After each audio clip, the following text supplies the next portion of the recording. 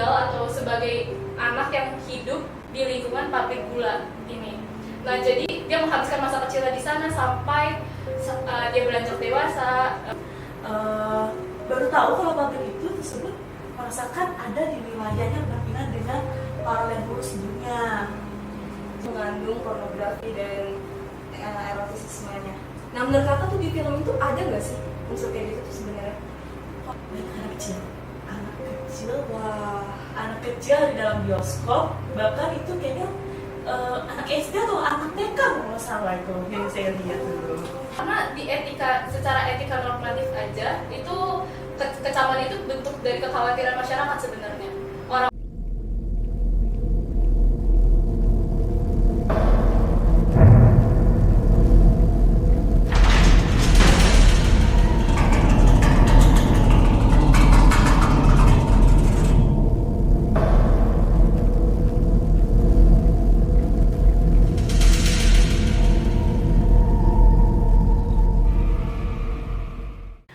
Assalamualaikum warahmatullahi wabarakatuh, Sobat Fikom. Menelaah industri perfilman di Indonesia sangatlah menarik tentunya. Terlebih lagi, film bukan hanya sebagai hiburan semata, tetapi juga sebagai edukasi dan bagaimana suatu informasi atau pesan itu bisa disampaikan melalui sebuah karya. Dan pastinya dalam sebuah karya juga harus kita berlandasan moral dan juga etika yang baik. Tapi, bagaimana jadinya jika sebuah film justru dinilai sebagai sesuatu hal yang tidak bermoral? Nah, belakangan ini muncul sebuah isu terkait salah satu film horor Indonesia yang berjudul Pabrik Gula, di mana dalam film ini dinilai mengandung unsur erotisisme dan juga pornografi. Lantas, bagaimana kita memahami karya film satu ini dari sudut pandang filsafat komunikasi dan etika apa yang sebaiknya diperhatikan dalam karya sebuah seni? Tapi, sebelum kita bahas lebih lanjut, mari kita kenalan dulu dengan kakak-kakak mahasiswa yang ada di sini. Halo, kakak-kakak. Halo. Gimana kabarnya? alhamdulillah Baik. sehat. Boleh nih kita kenalan dari kakak yang ada di sebelah sana. Oke, semuanya perkenalkan saya Naza Syokina, salah satu mahasiswa dari Prodi Ilmu Komunikasi. Oke, halo Kak Nazwa. Oke, halo semua. Aku Tania Minani, aku juga dari salah satu mahasiswa dari Fakultas Ilmu Komunikasi. Oke, aku sendiri belum kenalin diri nih Kak. Halo teman-teman, aku Jessica Indriakina dari Fakultas Ilmu Komunikasi Universitas Bhayangkara Jakarta Raya. Oke, mungkin kita boleh langsung mulai aja kali ya Kak pembahasannya. Boleh nih, kalau dari menurut Kak Nazwa sendiri nih, gimana sih tentang isu ini tuh? Terkait film Pabrik Gula kan ya. Iya. Lately itu benar-benar ramai banget gara-gara beberapa faktor. Tapi kita flashback dulu sebenarnya apa sih yang melatar belakangi film Pabrik Gula ini. Jadi film Pabrik Gula ini itu berasal dari sebuah thread yang udah di-upload sebenarnya udah dari beberapa tahun yang lalu, hampir 6 tahun yang lalu, dari tahun 2019. Nah, thread ini sebenarnya kalau kita baca-baca ya, sebenarnya ada kekurangan dan kelebihan dari thread ini. Uniknya adalah thread para pengguna Twitter bisa membagikan cerita mereka, bukan cuma sekedar keluh kesah aja di Twitter, bukan cuma ngasih opini mereka, tapi mereka menceritakan tentang apa sih yang mereka alami gitu. Nah, Simple Man ini, si pemilik akun ini menggunakan media Twitter untuk menceritakan kembali tentang kenangan yang ia miliki.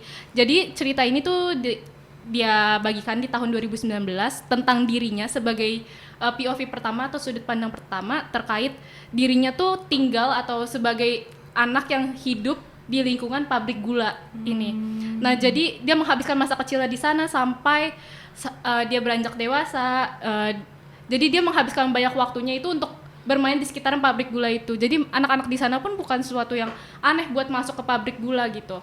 Nah, di thread ini sebenarnya perlu digarisbawahi bahwa karena dia kan penceritanya berdasarkan tulisan ya. Sebenarnya dari segi tulisannya sendiri itu ada titik atau komanya tuh ada yang nggak tepat menurut saya. Jadi pada saat sebagai pembaca jujur agak membingungkan pada awalnya untuk memahami cerita tersebut. Dan lagi pada saat penceritaan itu dia bisa tiba-tiba ganti ke POV orang lain, jadi dia bisa jadi menceritakan cerita tentang orang lain. Sebetulnya ini berdasarkan cerita asli, tapi banyak memang nama-nama tempat yang akhirnya disamarkan untuk keamanan bersama, seperti itu sih. Oke, jadi untuk menjaga kita tetap tidak terlalu terbuka ya, Betul, menjaga privasi orang-orang. Oke, kalau dari Kakak Tania sendiri gimana nih? Kalau aku kan sudah pernah ya nonton film Pabrik Gula. Pabrik Gula ini kayaknya bagiku kayak interesting lah. Tapi kalau untuk ceritanya sih, dia tuh ceritanya terkait di mana sekelompok buruh musiman yang bekerja di sebuah pabrik yang dimana tuh peninggalan Belanda di Jawa. Saya nggak tahu tuh Jawa Timur atau Jawa Tengah ya. Nah di cerita itu mereka tuh kayak bekerja kayak biasa, kayak melakukan job desknya mereka masing-masing. Tapi ada salah satu di mana mereka itu merasakan kayak feel-nya tuh kayak ada yang neror kali mereka gitu loh, neror mereka. Jadinya mereka tuh masa kayak tidak enak dan maka mereka tuh bekerja jadinya kayak sudah betul. Sekarang tuh kayak dia nggak bisa ngajarkan dengan baik lagi. Bahkan itu disebabkan ada masalahnya di dalam film itu. Masalahnya adalah di mana mereka itu baru tahu kalau pabrik itu tersebut merasakan ada di wilayahnya berdampingan dengan para leluhur sebelumnya. Jadinya kayak ibaratnya katanya kerajaan makhluk halus. Jadinya para demit ini tuh kayak merasa terganggu dengan mereka dan mereka malah melakukan teror kepada orang-orang yang buruh ini. Itu dikarenakan karena ada salah satu dua buruh yang melakukan pengkhianatan atau melakukan melanggar aturannya mereka di pabrik gula. Jadinya para demit ini melakukan balas dendam. Gitu. Menarik ya. Menarik banget ya Kak. Nah dari Kakak sendiri nih kan, film ini tuh tadi kan yang kita highlight di awal dia tuh mengandung pornografi dan erotisismenya. Nah menurut Kakak tuh di film itu ada nggak sih unsur kayak gitu tuh sebenarnya? Kalau dari filmnya sih ada. Boleh ceritain gak tuh Kak sedikit? Kalau di mana ada dua buruh itu mereka tuh kayak ibaratnya selingkuh. Selingkuh. Jadi mereka selingkuh di malam yang dimana tuh nggak boleh untuk keluar dari asrama. Jadi ya mereka keluar terus melakukan hal yang bagi saya itu tidak senonoh gitu. Yang nggak seharusnya dilakukan gitu ya. Padahal yang di situ udah dikasih tahu untuk tidak keluar, tapi mereka malah melanggar. Jadinya mereka melakukannya dengan gitu. Rasakan. Nih dari Kakak nih sebagai penonton ya kan ya. Nah itu tuh di film itu tuh sebenarnya udah ada nggak sih umur gitu ya, umur yang sesuai untuk ditonton sama film tersebut gitu? Sebelumnya sih, sebelum film itu tayang kan sudah ada kayak rating untuk umur ya penonton. Itu umurnya remaja 17 tahun. Jadi itu kan udah ketahuan juga ya dalam isi trailernya itu ya. Dimulai dari scan pertama sampai akhir itu kan juga ada bentuk yang tidak boleh dipertontonkan kepada anak-anak yang di bawah umur, bahkan di bawah 17 tahun. Tapi yang sangat disayangkan adalah saat saya nonton itu bersama dengan adik saya, kebetulan adik saya juga udah legal umurnya, itu banyak anak kecil, anak kecil di dalam bioskop, bahkan itu kayaknya anak SD atau anak TK kalau nggak salah itu yang saya lihat tuh. Nah makanya saya tuh kayak kaget, kayak wah kok ada anak-anak kecil nih, orang tuanya mana gitu kan. Ternyata orang tua juga ada, cuma kayak bodo amat aja gitu anak. Mungkin kurang aware ya. Iya kurang betul. aware. Karena mereka yang tahu ya udah itu film horor aja tanpa tahu bagaimana gitu dalam ceritanya, atau mungkin mereka belum nonton trailernya mungkin. Iya, mungkin sekedar melihat-lihat aja apa yang sedang menarik hari ini di saat-saat ini gitu. Nah, sebenarnya Tania bisa kasih kita perspektif baru nggak sih terkait poster, kan kayaknya rame banget ya soal poster itu. Betul. Apakah poster itu juga poster yang sama kah di bioskop itu? Ya karena kan yang kita tahu ya sebelum film ini juga tayang ternyata posternya itu jadi kontroversi duluan gitu ya. Jadi menarik perhatian banyak masyarakat tentang isu yang tadi kita itu. Oke, kalau untuk poster ya, saat itu kan saya lihat poster itu di Twitter, di X gitu kan. Posternya agak kontroversi gitu loh. Kayak di mana tuh posternya itu adalah dua cewek cowok melakukan adegan yang sono di poster itu, tapi dikelilingin oleh dedemit, hantu-hantu yang maaf kayak hantu hitam gitu loh. Tapi adegan itu kayak adegan yang saya bilang itu jorok gitu, kayak buruk kalau dilihat oleh orang-orang yang termasuk yang anak kecil yang suka main HP, bahkan yang punya X gitu kalau saya bilang. Jadi kayak tidak cocok untuk diterbitkan di bioskop atau di sosial media. Sangat disayangkan sih itu gitu. Tapi di bioskop itu sama nggak ditayangin posternya yang kayak gitu atau beda gitu? Setelah saya melihat secara langsung untuk posternya itu beda. Oh beda. Beda. Jadi poster yang sekarang itu yang dimana gambarnya adalah calon pengantin yang kayak digotong dengan beberapa prajurit atau gimana, saya lihatnya seperti itu, tapi tidak sama dengan yang poster yang ada di sosial media yang baru dimuncul. Yang sebelumnya ya? Ya sebelumnya. Oke. Jadi gitu ya, mungkin bisa kita lihat sebenarnya dari posternya aja udah mengandung unsur seperti itu ya. Iya, makanya mungkin kenapa kecaman itu ada mungkin karena memang terlihat secara nyata ya tentang dari sisi pornografi dan sebagainya. Iya, dimana mungkin banyak masyarakat menilai itu tadi melanggar etika gitu, etika perfilman, dimana ya etika ini juga sendiri adalah pemikiran dasar tentang bagaimana ajaran moral atau ilmu tentang moralitas yang kita tahu juga bukan cuma dipakai di saat kita berinteraksi secara langsung dengan orang, tapi juga ternyata di perfilman juga harus kita perhatikan. Betul.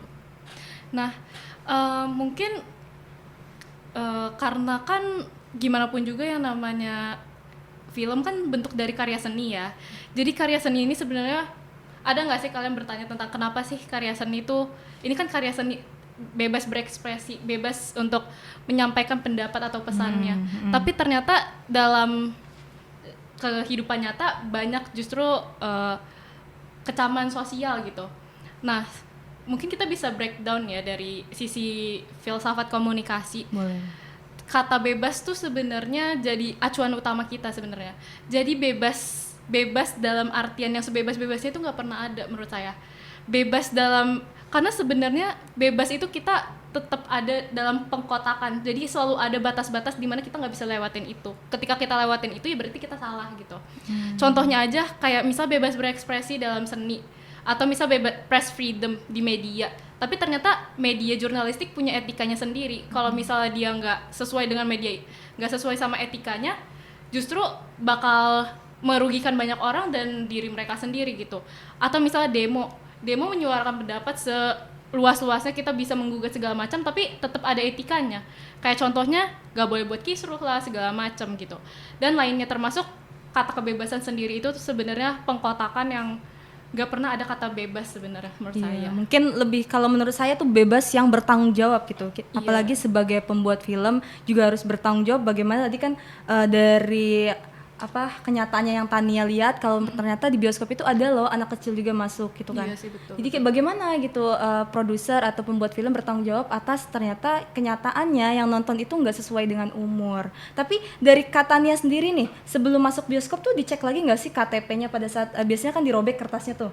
Oh, kalau itu sih pada saat sudah pesan tiket tuh kakaknya itu kayak ngasih tahu kayak untuk berapa tiket. Yang pesan untuk berapa tiket kakak gitu kan. Karena saya nonton sama adik saya jadi tiket 2 tiket, tapi yang sangat sayangkan adalah mereka tidak menanyakan umur. Tidak menanyakan umur. Jadinya setelah sudah membeli tiketnya, dia ucapkan terima kasih dan udah pelanggan selanjutnya gitu. Saat masuk tiket aja kakaknya itu cuma merobek 2 tiket saya dan adik saya itu udah disuruh masuk ke dalam ruang bioskopnya.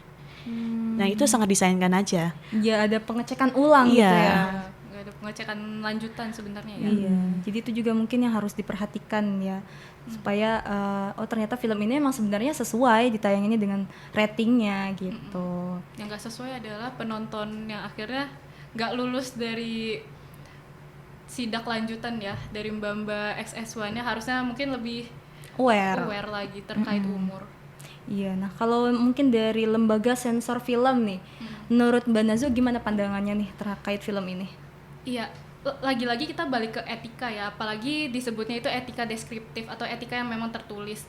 Salah satunya adalah LSF sebagai lembaga sensor film yang secara legit dia konstitusi yang memang mengatur segala sesuatunya tentang perfilman gitu. Jadi di LSF ini sebetulnya menurut Kompas TV, menurut kompas.com maksud saya, hal yang paling pertama perlu di-highlight adalah benar posternya. Jadi poster pertama yang kata Mbak Tania bilang posternya vulgar tentang cewek dan cowok gitu, yang memperlihatkan adegan erotis gitu, sebenarnya adalah poster yang belum ada surat izin untuk diedarkan dari LSF. Oh, itu Iya, faktanya ternyata iya. ya. Jadi kalau nggak salah LSF itu baru ngasih surat izin, surat bahwa itu nggak lulus sensor mereka itu di hari Rabu, tapi kalau nggak salah mereka justru udah nyebarin atau promosiin itu 2 hari sebelumnya. Makanya pada saat turun pun akhirnya disebarluaskan juga mendapat kecaman kan, karena walaupun sekalipun LSF itu nggak memegang media sosial, maksudnya mereka kalau media sosial itu bukan ranah mereka, tapi apa yang poster-poster yang diperlihatkan dari baliho dan segala macam itu masih bagian dari LSF. Jadi sebenarnya film Pabrik Gula ini tuh bisa aja dituntut baik dari masyarakat atau LSF-nya sendiri karena penyebaran promosi yang mengeksploitasi seksual, karena emang nggak diperbolehkan itu. Oke. Menarik banget ya. Nah mungkin yang mendukung lagi juga ternyata bukan cuma dari LSF, tentang perfilman juga diatur di undang-undangnya sendiri ya. Jadi sebenarnya dalam film itu ada undang-undangnya, undang-undang perfilman di Indonesia itu ada Undang-Undang Nomor 33 Tahun 2009. Nah itu saya yang highlight di sini. Ada di pasal 3 yaitu tentang tujuan perfilman, di mana poinnya itu yang pertama terbinanya akhlak yang mulia. Kalau kita lihat gitu ya, kita lihat dari filmnya yang lebih menayangkan hal-hal seperti itu, menurut saya mungkin tujuan ini tuh tidak terpenuhi gitu, terbinanya akhlak mulia, karena bagaimanapun film itu jauh lebih baik jika bisa mengedukasi, film itu bisa memberikan pesan yang baik gitu, tidak hanya menayangkan hal-hal yang mungkin semata menarik bagi orang-orang. Betul. Gitu. Apalagi sasaran audiensnya ternyata meleset ya. Iya dirasa. betul. Karena tadi kayak Mbak Tania bilang ada anak-anak di bawah umur, jangankan adegan yang tidak senonoh gitu, ucapan aja mereka bisa dengar dan bisa mereka lakuin mungkin kan, karena rasa penasaran. Iya, betul, bahkan betul. di dalam scene itu ada di mana ritual yang di mana adalah salah satu ritual kuda lumping yang menjalan dengan di bawah api itu. Saya takut apa yang dia nonton itu bisa jadi apa yang dilakukan itu. Ya dicontoh. Iya, betul, dicontohkan, dicontoh, kan? betul. Dan itu sangat disayangkan aja sih yang dikatakan Mbak Nazwa untuk aware-nya orang tua kepada anaknya. Iya. Tambah lagi anak itu kan rasa penasarannya sangat tinggi dan memorinya waktu masih kecil tuh sangat kuat. Jadi ketika dia melihat seperti itu gitu kan, otomatis itu akan membuat dia makin penasaran, Iya. membuat dia malah Bertanya-tanya ya. bertanya-tanya itu seperti apa gitu. Iya gitu. Nah sebenarnya di etika ini kan tadi benar Undang-Undang Perfilman, LSF itu udah mengatur. Tapi kita juga nggak lupain bahwa etika tuh nggak cuma berhenti di tertulis aja. Ternyata masyarakat kita sebagai masyarakat pun punya etikanya sendiri. Terlebih karena kita adalah negara Indonesia, negara konservatif, di mana negara yang memang punya prinsip sejak dulu sampai sekarang mengakar gitu kan. Terus terlebih lagi adalah mayoritas negara kita Muslim gitu. Jadi memang unsur-unsur seksualitas itu jadi suatu hal yang benar-benar tabu hingga saat ini di era modern ini kan. Nah, yang disayangkan atau misalnya bisa ada kayak misalnya dari contohnya dari posternya kan, akhirnya posternya itu ternyata direvisi ya, karena yang diperlihatkan di bioskop beda ya. Beda. Iya, karena secara etika normatif aja itu kecaman itu bentuk dari kekhawatiran masyarakat sebenarnya. Orang-orang di media sosial itu menyuarakan kan kalau misal kenapa harus kayak gini gitu. Kayaknya ini juga pertama kalinya nggak sih, maksudnya memperlihatkan poster yang sevulgar itu. Betul. Karena mungkin dulu ada tapi mungkin nggak separah yang hari ini gitu. Nah, kenapa kebebasan ini diatur sebenarnya? Buah pikir, kebebasan berpikir, kebebasan bersuara, kebebasan menyampaikan pendapat itu sangat-sangat diperbolehkan. Tapi kenapa hal ini tetap harus diatur kayak yang tadi Mbak Jessica bilang, tetap bebas tapi bertanggung jawab gitu ya.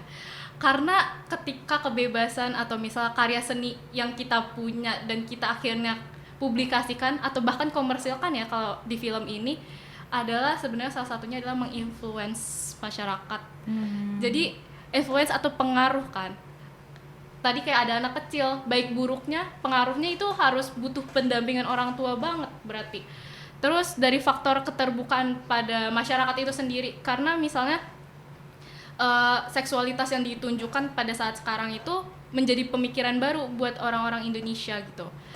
Dan lagi ada tentang masalah kalau film ini tuh kecamannya gara-gara nggak cuma seksualitas aja, tapi juga ada dari yang karena plotnya sama ya tadi. Ya betul. Mungkin plotnya kita bisa sama. kilas balik dulu deh. Setahu saya yang pembuat cerita atau Oh, asal thread-nya ya. asal threadnya Iya, itu thread dari itu Simple Man. iya, dan yang sebelumnya juga sama, yaitu dari film bioskop yang KKN Desa Penari ya. Iya. Betul. Kebetulan juga saya sudah pernah nonton KKN Desa Penari ya. Itu udah lama banget ya. Cuma setelah saya nonton Pabrik Gula, itu setelah saya nonton kayak, wah ini plotnya sama dengan KKN Desa Penari dan endingnya juga sama. Yang pastinya mereka juga akan mendapatkan musibah dan jadi pelajaran dalam mereka lakukan itu. Oke, jadi kurang lebih kayak sama gitu ya, kayak Iya, nggak begitu banyak perbedaan dari film itu. Mungkin bedanya di latar tempat aja Iya. kali ya. Mungkin Tapi di mungkin latar secara plot sama gitu.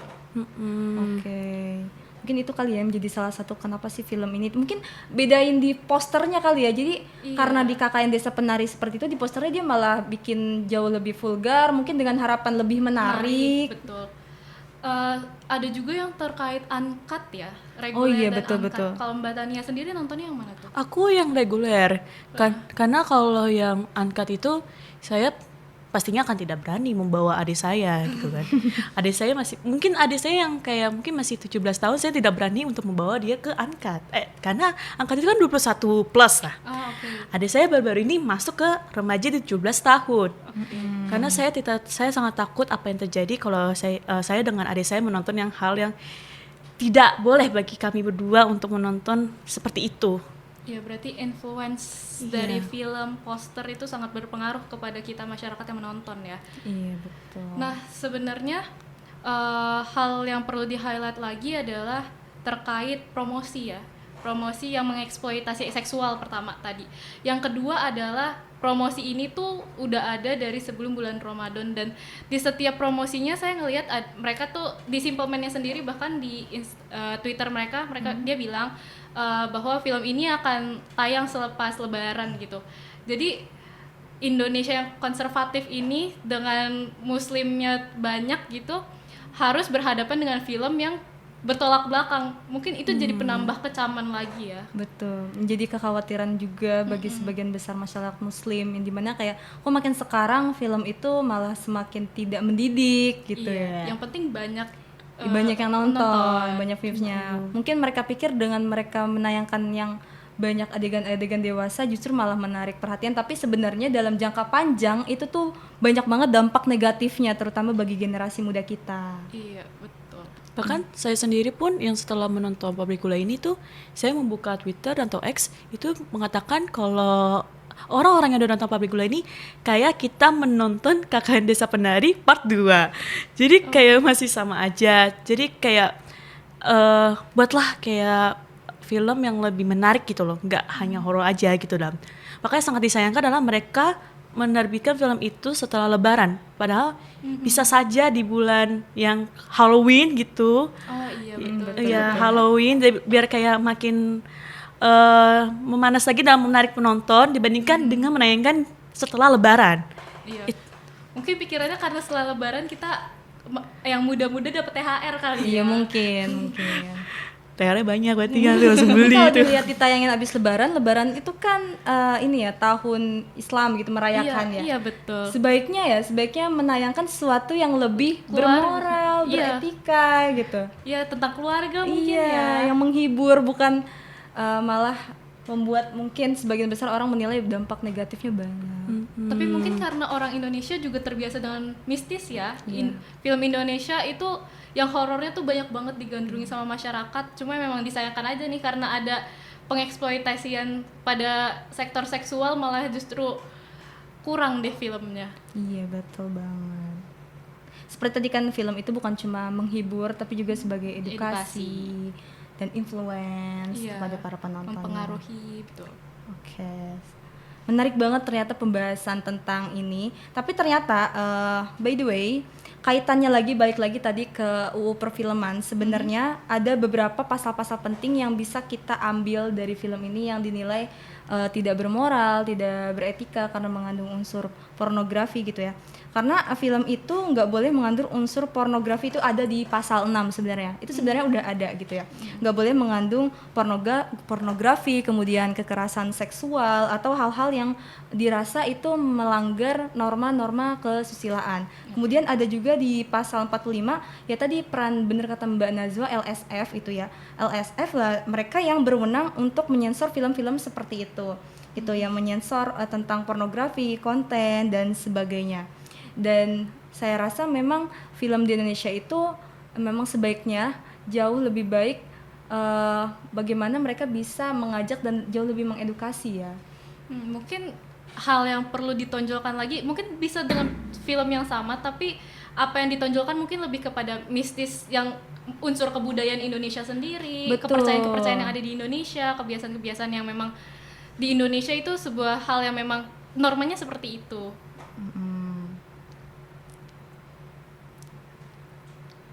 Oke, mungkin setelah saya mendengar dari Nazwa dan Mbak Nazwa dan Kak JJ, mungkin bebas itu memang ada. Tapi yang kita utamakan adalah bagaimana tanggung jawab yang dari PH sendiri dan bagaimana tanggung jawabnya si orang tua dalam anaknya. Sangat disayangkan untuk PH-nya sendiri, mungkin tutup telinga kali ya setelah mendengar posternya itu sebut. Mungkin kalau mendengar undang-undangnya itu saya yakin itu memang ada, cuma tahu sendiri Indonesia benar-benar kayak tidak memperhatikan undang-undang, padahal undang-undang itu sangat-sangat berlaku dan itu kayak pendoman bagaimana Indonesia itu kan banyak banget film yang banyak gitu, dalam setelah lebaran itu banyak ya video yang banyak banget film-filmnya, tapi yang disayangkan adalah Rapi Gula yang awalnya katanya sih orang-orang pada nungguin itu. Excited semua. Iya, ada semua itu nungguin gitu kan. Tapi yang sayangkan adalah Rapi Gulanya lebih jauh jauh isi filmnya dibandingkan isi treatnya. Oh gitu. Ada perbedaan mencolok berarti ya dari Ada sana? perbedaannya. Apa itu? Kalau perbedaannya sih, seingat-ingat saya tuh dibandingkan yang si treat sama si film ini adalah treat ini tuh menceritakan anak-anak atau orang-orang yang main di pabrik gula, sedangkan yang di sini sekelompok pekerja buruh yang bekerja di pabrik gula. Jadi kayak jauh banget dari film dan isi treatnya. Jadi nggak sesuai gitu ya. Iya. Padahal harapan orang-orang mungkin melihat visualisasi dari cerita Simple Man yang udah menarik buat mereka sejak awal ya. Iya, tapi sangat disayangkan adalah diubahkan jadinya. Oke. Kalau dari promosi filmnya sendiri tuh ada dramatisnya nggak sih? Promosi kayaknya mereka tuh promosinya tuh sangat-sangat wow banget ya, karena mereka promosi sampai ke Hollywood kalau nggak salah. Saya lihat di Instagramnya mereka tuh promosi di Hollywood dan bahkan mereka itu mengajak orang-orang itu menonton itu kayak gimana nih pemain yang mereka yang tonton itu adalah berusaha pemain yang memainkan film ini. Jadi kayak dibuatkan drama-drama gitu. Kayak salah satunya tuh yang setahu saya si Erika Kartini itu di mana adegan yang menangis aja itu sampai 29 kali tuh. Terus 29 kali turun dia nangis. banyak banget. 29 kali karena untuk menarik emosional itu susah katanya. Jadi kayak ini bukti pemain ini sangat profesional dalam main Totalitas film. gitu ya. Iya, betul. Cuma itu damanya yang saya pernah dengar gitu. Menarik banget. Jadi film itu juga ternyata mau membuktikan, oh ini pemainnya juga totalitas nih, Effort mainnya ya. effort. Untuk bisa nggak cuma memperlihatkan visualisasinya aja, tapi secara emosi juga emosional menarik perhatian masyarakat. Betul. Baik lagi ke etika gitu ya. Kalau menurut Kak Nazwan sendiri nih, harapan apa sih yang sesuai dengan etika gitu?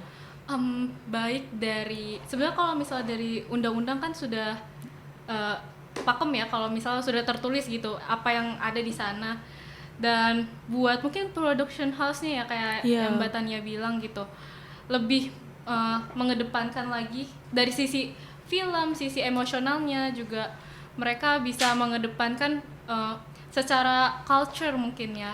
Tuh.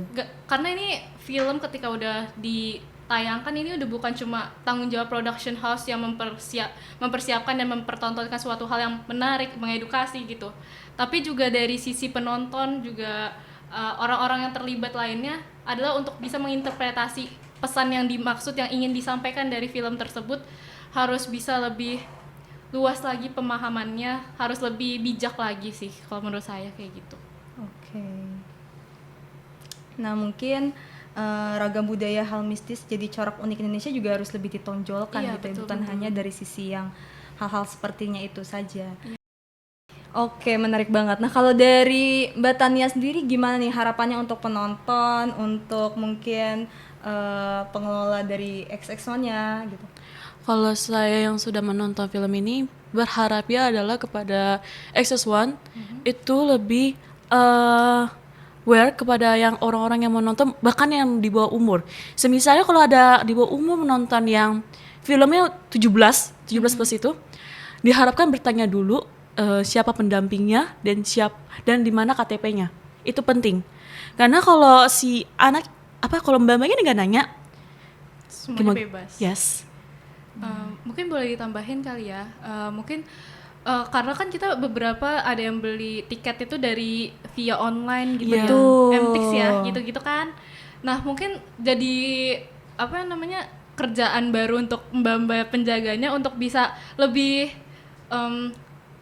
lebih detail lagi kali ya, untuk melihat, kan mereka juga ngelihat secara langsung tuh audiens mereka, mungkin bisa diperlihatkan secara satu-satu mungkin KTP-nya untuk memastikan bahwa semua penonton ini memang legal secara umur. Karena kalau misal di bawah umur sekalipun dengan pendampingan orang tua, rasanya kasihan aja ya buat penontonnya sendiri. Iya. Karena interpretasinya mungkin nggak fully paham gitu sama isi dari film. Padahal kalau saya sendiri tuh anak-anak tuh lebih cocok dengan film yang keluarga, kalau enggak film animasi. Iya betul. Dibandingkan dengan anak-anak ini nonton film horor yang juga yang belum tentu tuh mereka nonton sebenarnya sih. Ya bisa jadi Iya. disturbing ya. Iya, betul. malah mereka akan melihat adegan-adegan yang bukan hanya yang vulgar, tapi adegan-adegan yang darah atau kayak Kekerasan, goreng itu gore betul gitu, gore banget. Eksplisit ya. Betul, Iya, gore banget.